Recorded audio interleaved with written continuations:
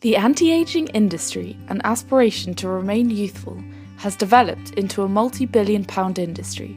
Cosmetic companies promise a miracle cream that will make you look 10 years younger, and each year millions of men and women spend their hard-earned money on these lotions and potions. But do these creams have a genuine scientific backbone, or is their popularity solely down to the power of advertising?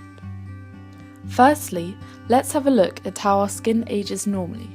Human skin consists of three main layers: the epidermis, the dermis, and the hypodermis. Youthful skin is recognised by the organised structure of elastin, collagen, and many other components such as fibrillin within the dermal, this middle layer. As we age, many factors contribute to the changes in our skin. Firstly, the epidermis of the upper layer thins. However, there is no decrease in the size of the outer epidermal layer, the stratum corneum. This causes it to wrinkle.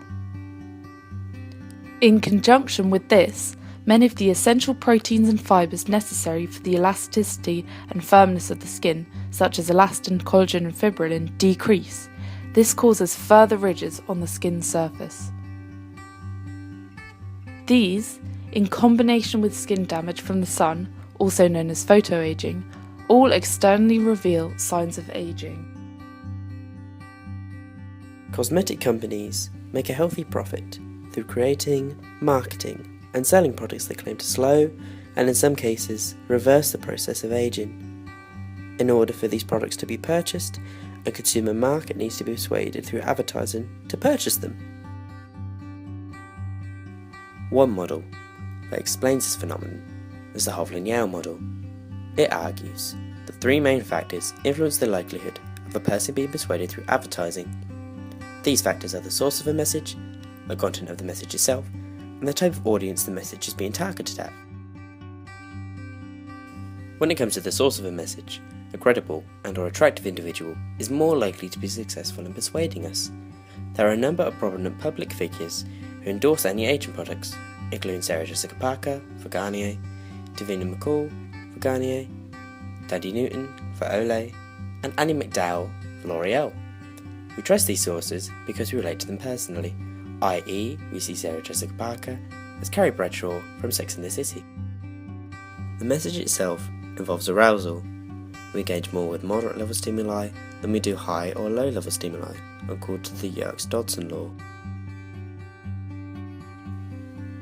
For example, too much scientific jargon in an anti-aging advertisement would be off-putting, but too little would not be professional, and therefore unpersuasive.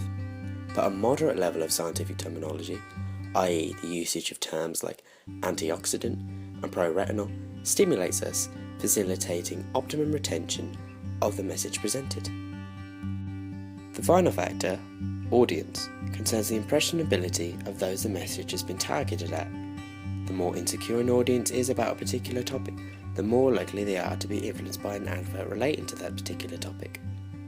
So, middle-aged women who are consciously insecure about their aging complexion are more likely to be persuaded by an anti-aging advertisement than middle-aged women who aren't insecure about their anti-aging complexion. This is because the women who are insecure are more personally invested. The advertisement, in layman's terms, tells them what they want to hear. Therefore, with consumers becoming more and more aware of the use of clever marketing, many cosmetic brands have felt the need to prove that their product is effective at combating aging. For example, Professor Chris Griffiths, a skin specialist at the University of Manchester, created the supposed Miracle Cream No. 7 Protect and Perfect Intense Beauty Cream, containing the active ingredient fibrillin-1, a protein that promotes skin elasticity that is lost due to aging and sun damage.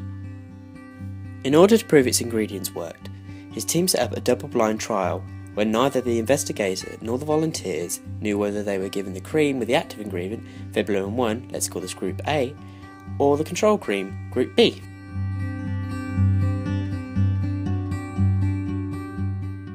"60 individuals, 49 women and 11 men, aged between 45 and 80, participated in the trial, applying the cream nightly, and, after 6 months, 40% of the group who had been using the product containing Fibrilin 1 saw a significant difference in the texture of their skin, compared to only 20% of the control group.